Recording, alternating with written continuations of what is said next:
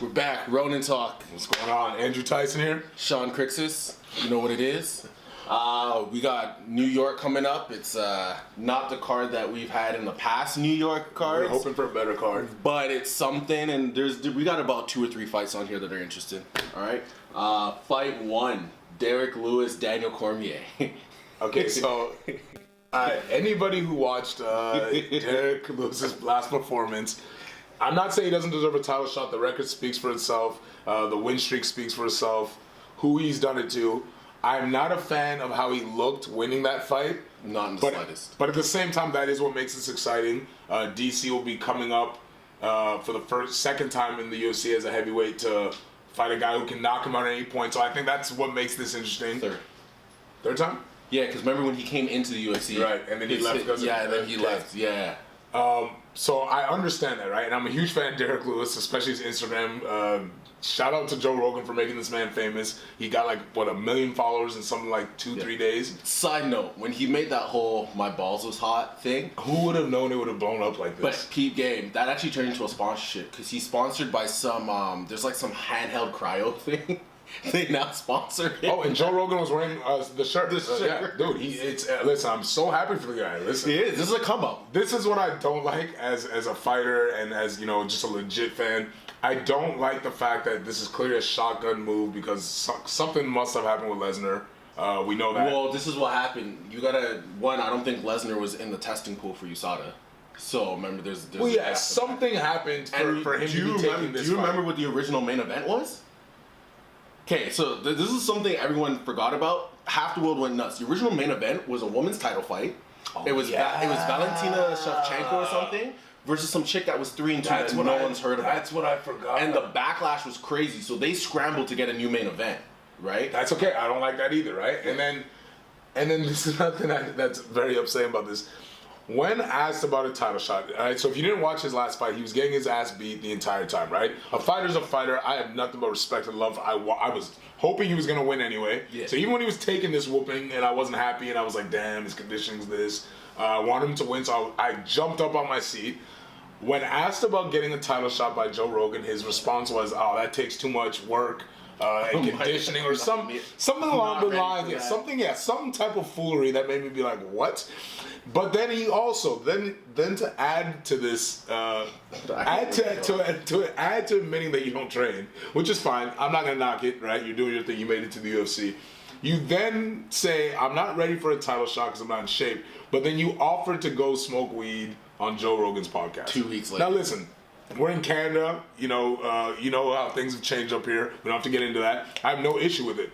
But as a fighter, I don't like the idea that after a fight like that and Joe Rogan's asking you about a title shot and you are very much in line for one, that not only do you admit you're not training, but then you, instead of saying, but I will be ready, or, I can't wait to get back to the gym so I wait that opportunity, you want to go smoke weed. And then they give you the shot anyway. That's the only thing that bothered me about this is the fact that they still gave him the shot when he told you I'm not ready, and I don't plan on getting ready because I want to go smoke with Joe Rogan. I don't even plan on getting ready. Here's the thing though that we need to look at. A lot of people are looking at this fight as a cakewalk for DC. It's not. It's not, and you brought it up, and we've both seen it. DC does get punched. Yeah. That's part of his fight style, is walking you down. Yeah, is walking you down, making you tired, grinding you down, whatever. People touch him. Stipe was touching him. He was. Derek Lewis is not the guy to get touched by. I know. At all. I know. At all. Especially with and not only that, they have a huge weight difference. They got everything that's, like the wrestling, like how is that going to play a factor? You got to get close. What's his reach? So he has a longer reach than him by a substantial amount. Yeah, he has a substantial and he's taller. And this is another thing I said about this fight. And this kind of we don't have to go segue too far into the John Jones coming back. We'll talk about that eventually. Yeah. But the reason Gustafsson was such a hard fight was the reach, right? Like all of a sudden, Jones was in a situation where he was getting touched by punches that usually wouldn't touch him. No, he was used to having the reach advantage. He was used to being the bigger guy. Yeah, the height, right? Yeah. I watched that fight that Derek Lewis lost, and I think a lot of it had to do with height. I think the guy was 6'7". Yeah, 6'7", 6'8". Yeah.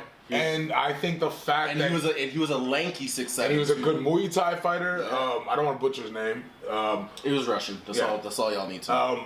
But I think his style of using long kicks and being that tall, Lewis couldn't land the punch. Yeah. The third round came around. I think the guy, 10 seconds left. He thought he won the fight. Mm-hmm. He was a little slower on his feet. He threw a lazy lit kick. Yeah, lazy kick, and then all of a sudden that distance that he kept the entire fight, he forgot. And to all future fighters and current fighters, remember that, man. Do not stop fighting and competing until the competition is over. 100%. They say it to us in wrestling all the time. And once again, I always say this is why wrestlers translate to such good fighters, because we go in with that mentality. And a lot of other sports, they're like, I love boxing, I love Muay Thai, but there are times where you're able to lag a little more, right? And I felt like we were watching a guy who, forgot that he was in a fight. The last 15 seconds, there was no reason for him to get touched. And imagine knowing that now this guy is getting a title shot. But then here's the thing now. We now know that even when Derek Lewis is tired and beat up, his power still carries over. No, listen. A lot of fighters, their power does not carry over when they get tired. Listen, right? Once again, we said in the first episode, I'm watching. 100%. I'm giving an honest opinion about how I didn't like how he, went about things after the fight. I didn't like necessarily the UFC saying we don't care if you train for world title shots. We don't care if you plan on it. Come on. We know what happened. At the end of the day, they're like, look, it's a title shot, and this is the check. I don't care. Yeah, I'm gonna be consistent. Oh, I'm gonna be glued. Just like the Khabib Mayweather thing. I'm gonna be consistent. I'm watching. I loved the countdown. Absolutely loved watching that. Yeah. Derek Lewis is hilarious. I don't know if they have cue cards for him to make sure he says the right thing, but it was such a difference in the. Listen, if he becomes champion, he has to get a PR person. You cannot be in Madison Square Garden giving an interview saying you eat your wife's butt. It looked like he was like that kid whose mom was telling him what to say, and that the countdown was such a stark difference from I ain't ready for all that. Mom, come smoke weed. Like the whole vibe was so different, and it probably had something to do with the check. Yeah. Remember what I said during the Khabib Mayweather thing? Yeah. Everybody's this, that, and the third until they get that check, and I'm sure whatever they're offering him for this fight, he all of a sudden was like, yeah, actually, no, I do take MMA serious. He's on there doing sprints up the thing. And I'm ready now. I'm like, really, you ready? Really? In less than 4 weeks? Yeah, and you went from saying you're not ready and you takes conditioning in a fight that you didn't look impressive in, and you're telling me now you're just best shape I've ever been. And maybe he is. I don't know. In 4 weeks? But you know what? That's kind of... Not even 4 weeks, because that fight was, October 6th? October 6th. And now they're fighting November 4th? Yeah, the third. Sorry, that's come on. And then coming off a fight, realistically, when you were getting beat up, you were getting the shit kicked out of you. So he did not train that first week. He took damage. He took damage. He took a lot of damage. He's one of those guys that you can tell is too tough for his own good. He's one of those guys that BJ Penn. Yeah, he's one of those guys that will take multiple concussions before getting knocked out. You can tell. There's Penn. No way he was able to train properly now. But I will say this: it is possible he might be in the best shape of his life, because 3 weeks of working hard, it will get you in shape if you're not used to training at all, like for all we know, right? Fair. But like I said, I don't like how much he got touched in the last fight. Yeah. I think it's almost unfair to him a little bit, because maybe he does have a shot to be a world champ, but I think he got kind of shotgunned in the situation. I can't wait to watch it. Here's the flip side to that. The heavyweight division is not the deepest division. So working your way back isn't that hard. And we saw Overeem do it twice. Yeah, and Stipe kind of cleared that out in a huge way. Yeah. And so getting knocked out that way didn't help, which is why, as a fight fan, I'm disappointed Stipe didn't get the rematch. That was another thing that kind of made me a little salty about this. Well, he also has issues with UFC, so. And that's fine. That's kind of the point. Like, if this was a situation where it was done just to save the card, fine. Stipe came out and said he wasn't even asked. Right. And he clearly didn't sound like a guy who was going to turn the fight down. Yeah, for sure not. So can I really say that this excites me more than Stipe rematch? I don't know, because we watched him get knocked out. So I get that, but at the same time, I think it's a better fight. But he was on the win streak. He has a record. Yeah, I think it's a better fight. I think merit wise, he earns it more. And I think it does more for DC. Really, I think proving you can do it again if he does it again, or beating him up, it really staples. Beating up Derek Lewis, no one's gonna be surprised, and then you're taking a risk. He could get knocked out. Remember what Pete Sell said that year of Ultimate Fighter? He's like, if I beat him, I'm the man. If I lose, I was supposed to anyway. Yeah, that's kind of the position Derek Lewis has nothing to lose at all. Yeah, right. And so DC, I think it's a little unfair to him in a way. He wanted it. He wanted to fight in New York. I would have liked to see him in Stipe, but for the Fairweather fan, the million people who started following him, not people like me who were already following him and knew who he was. For the million new people, I get it, because that's a million people who now want to watch this guy, 100%. right? And the metric is showing this guy is popular as hell. Yeah. And listen, if you don't follow his Instagram, Please do. Like we're no Joe Rogan, so we know Joe Rogan put him on. But if you're still not following him, please go follow him. Please, if a lot of your timelines need some juicing up because it's boring, I'm telling you, follow this man. Absolute jokes. Bottom line, who wins? I'm going DC. Going DC? Same thing I felt with about the Conor fight. Now I think DC has the better advantage because he's the wrestler, but I think it's just better for the sport. He's more better for the refined division. striker. I want to see him versus Jones again. I would like to see him versus Lesnar. I would like to see him versus Stipe. I don't want to see him get knocked out by a guy who that's why he's there, just because he has a one-punch knockout. I want the Olympian, the guy who's grinded his ass off to end his career the proper way. And if he loses, I don't want it to be a guy who a month ago was more worried about smoking weed with Joe Rogan than being a champ. The only reason I want DC to win is because selfishly there's fights I want to see. Yeah, I want to see real fights. I would like Derek Lewis to win, you know what I mean? Just in a weird way, just cause. I'd be happy for him. You know what I mean? But as a fan and as a fighter, with what I want to see, and DC's career is almost done, there's some fights that need to happen, right? Okay, cool. That's fun. Next, a fight that was actually got shuffled around. It was going to be Luke Rockhold versus Chris Weidman. Rockhold got hurt. AKA. Accurate story with AKA. Jacare versus Weidman. How do you see that going? I'm going Weidman. I don't know what Jacare is going to show up. I don't want to start implying things, so you know what I'm saying by that. He used to take better supplements or something. He just hasn't looked the same. Stop trolling. I'm just saying. And he's older, right? So there's that too. Yeah. Maybe that's what it is. Maybe it's his age that's making him not look quite the same. Okay. As what he used to.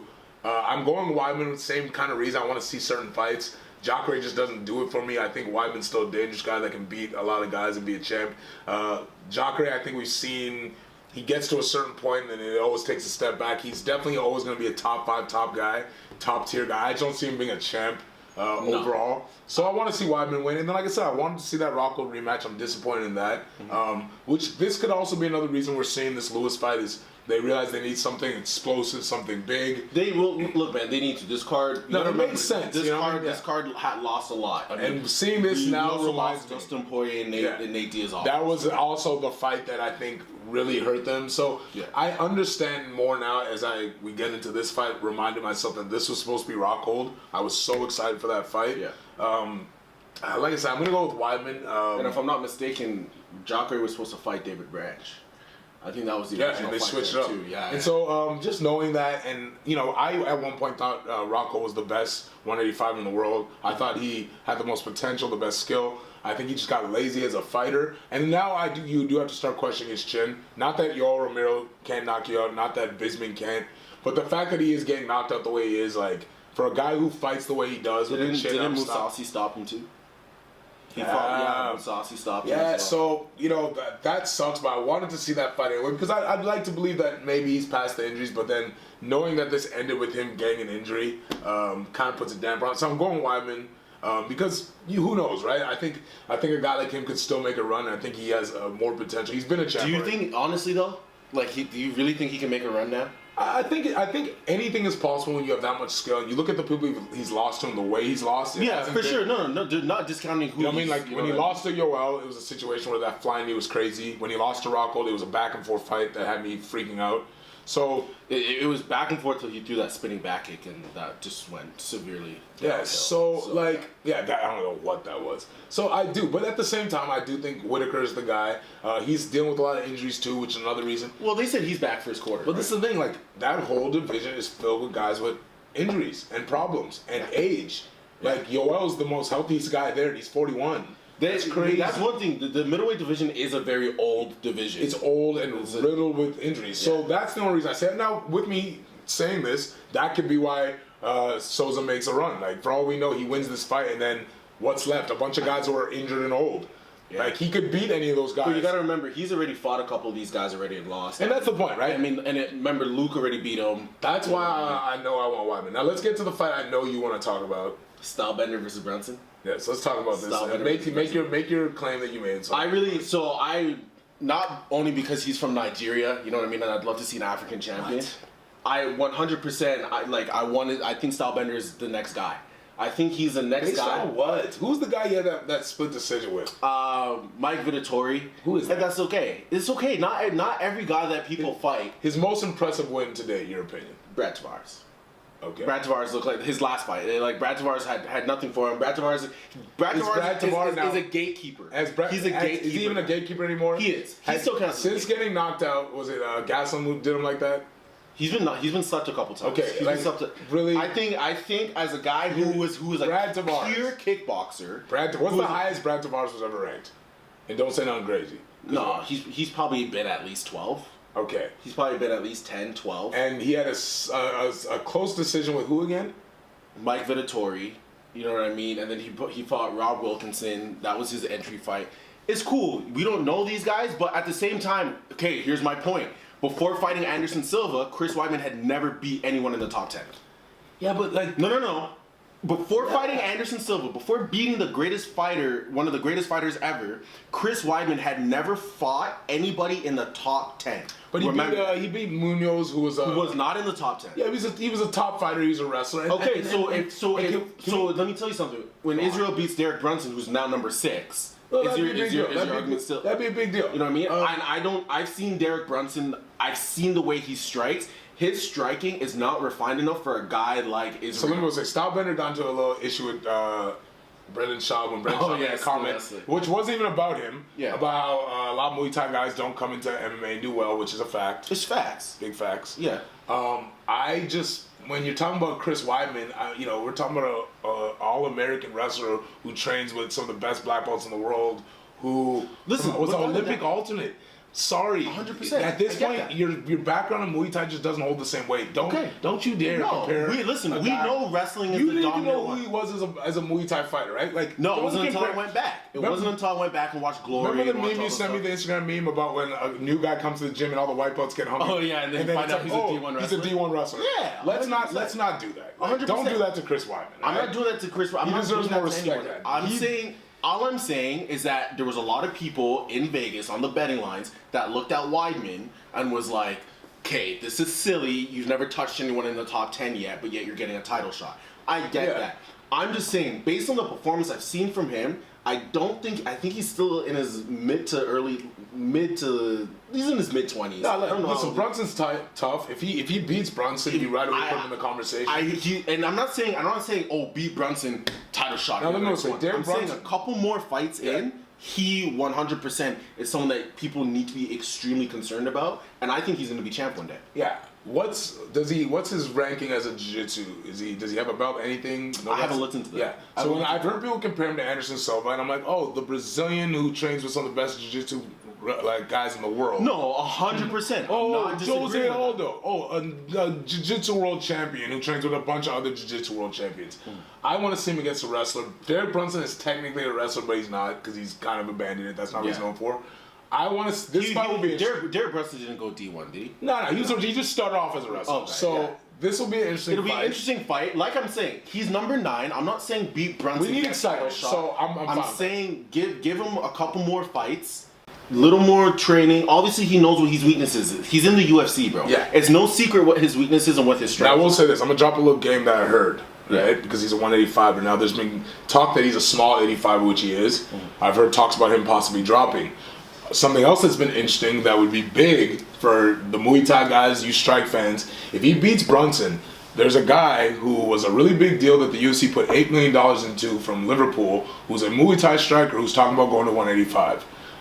The word on the street is that is a very possible fight. So I will say this: I would like to see your guy do well because I would love to see that fight, and we do need more excitement as a wrestler. The point's been proven. Okay, we don't have to talk about it anymore, right? So now I can go back to enjoying a little more striking. I don't have to want the wrestler to win all the time anymore because it's clearly proven wrestling is king. I don't even have. So now I can go back to just being a wrestler fan. It is the best foundation to have. Yeah, so I can go back to just enjoying knockouts and things. So I will say I would love to see that happen, and I think. That is a rumor I heard that possibly Darren Till moving up, that would be a possible fight. Because he's not moving up because he doesn't want the title still. No, I think he's moving up. The weight cut is too much for him. No, I like this. So yeah, I do like this. And so I will say I do hope your boy wins. I hope he does bring that excitement that the division Stylebender by TKO KO round 3. I